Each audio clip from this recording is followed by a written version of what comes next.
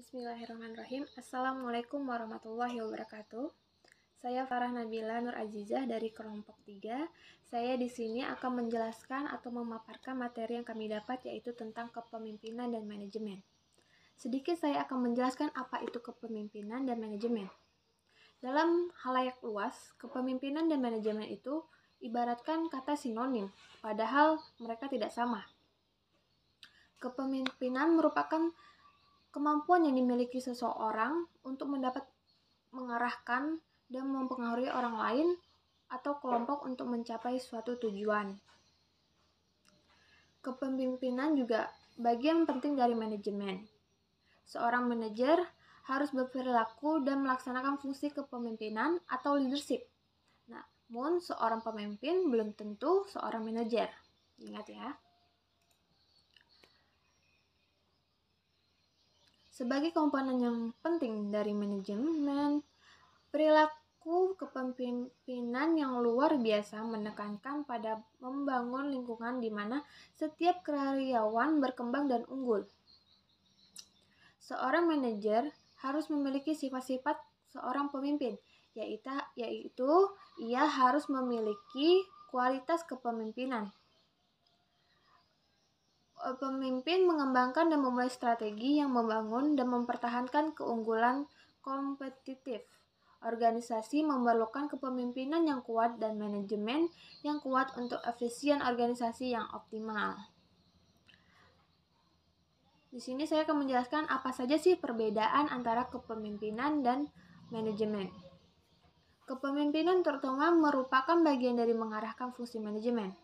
Pemimpin fokus pada mendengarkan, membangun hubungan, kerja tim, menginspirasi, memotivasi, dan membujuk para pengikut. Sementara manajemen mencakup fokus pada perencanaan, pengorganisasian, penempatan staf, pengarahan, dan pengendalian. Selanjutnya saya akan menjelaskan apa saja sih kegiatan-kegiatan dari manajerial.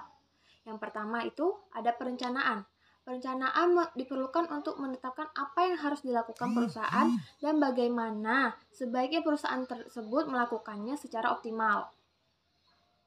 Yang kedua ada pengorganisasian.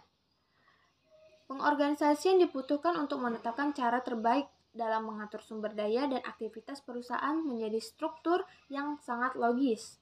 Tanpa pengorganisasian ini, maka perusahaan akan terancam tidak beroperasi secara maksimal atau akan kalah di persaingan. Dan yang ketiga ada pengarahan. Para manajer atau pemimpin perusahaan mempunyai wewenang untuk memberikan perintah dan meminta hasilnya. Dalam memberikan pengarahan tersebut, seorang pemimpin atau manajer bertugas untuk memandu dan memotivasi para karyawannya untuk mencapai sasaran yang mereka tuju. Dan yang keempat, yang terakhir, ada pengawasan. Pengawasan ini merupakan proses monitor kerja perusahaan untuk memastikan bahwa perusahaan tersebut mencapai sasarannya, dan jika terdapat penyimpangan, maka harus segera dilakukan evaluasi terhadap karyawan atau terhadap pemimpinnya untuk perusahaan tersebut menjadi jalannya lancar. Selanjutnya saya akan menjelaskan keterampilan-keterampilan yang harus dimiliki oleh pemimpin. Yang pertama, keterampilan konseptual, yaitu membuat konsep, ide, dan gagasan demi kemajuan sebuah organisasi yang mereka pimpin. Gagasan atau ide tersebut dijabarkan menjadi rencana kegiatan yang disebut proses perencanaan atau rencana kerja mereka. Termasuk juga memiliki visi yang jauh ke depan, misi yang jelas, program kerja yang real, strategi, dan terus menjaga nilai kompetitif advance sebuah organisasi. Yang kedua, ada keterampilan komunikasi. Keterampilan komunikasi ini juga disebut keterampilan kemanusiaan. Kepada bawahan bersifat mengayomi. Jadi, sebuah pemimpin atau manajer itu harus memiliki keterampilan yang bersifat mengayomi para karyawannya, persuasif dan bersahabat antara karyawannya, antara karyawan ataupun antara rekan kerja, kepada customer dan atasan bersifat melayani. Dan yang ketiga, ada keterampilan teknis. Keterampilan teknis ini merupakan bekal agar lebih matang pada bidang yang ditangani. Misal menggunakan program komputer, membuat kode, program, dan lain-lainnya. Tentu saja ada keunggulan tersendiri dibanding manajer yang hanya mencari konsep akan terciptanya efektivitas dan efisien yang ideal. Dan yang selanjutnya ada keterampilan membuat keputusan.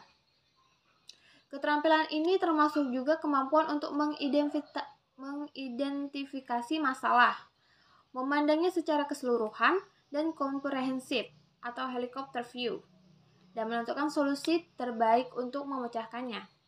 Jadi seorang pemimpin itu atau seorang manajer itu haruslah memiliki pandangan yang luas, sudut pandang yang luas, jadi tidak langsung memutuskan secara satu sudut pandang saja. Dan selanjutnya ada keterampilan pemimpin.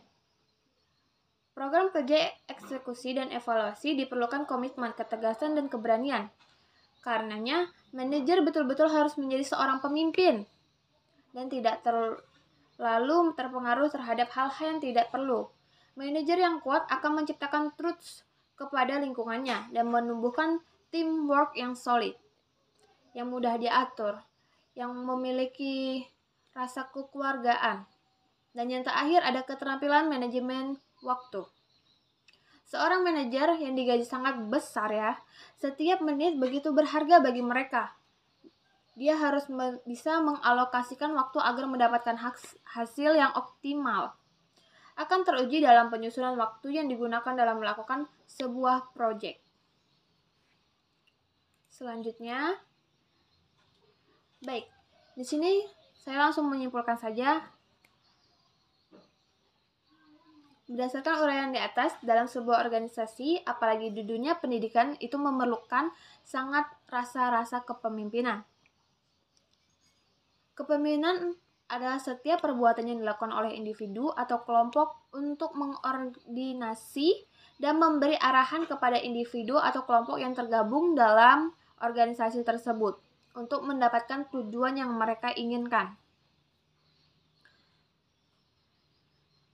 Kepemimpinan atau rasa kepemimpinan pada manajemen atau manajer itu sangat diperlukan dan penting. Paling tidak pemimpin sendiri diharapkan dapat mengembangkan sikap kepemimpinan yang baik.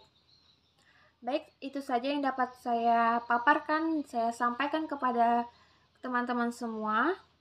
Kurang lebihnya saya mohon maaf apabila ada salah-salah kata. Wallahul muwaffiq ila aqwamit thoriq. Wassalamualaikum warahmatullahi wabarakatuh.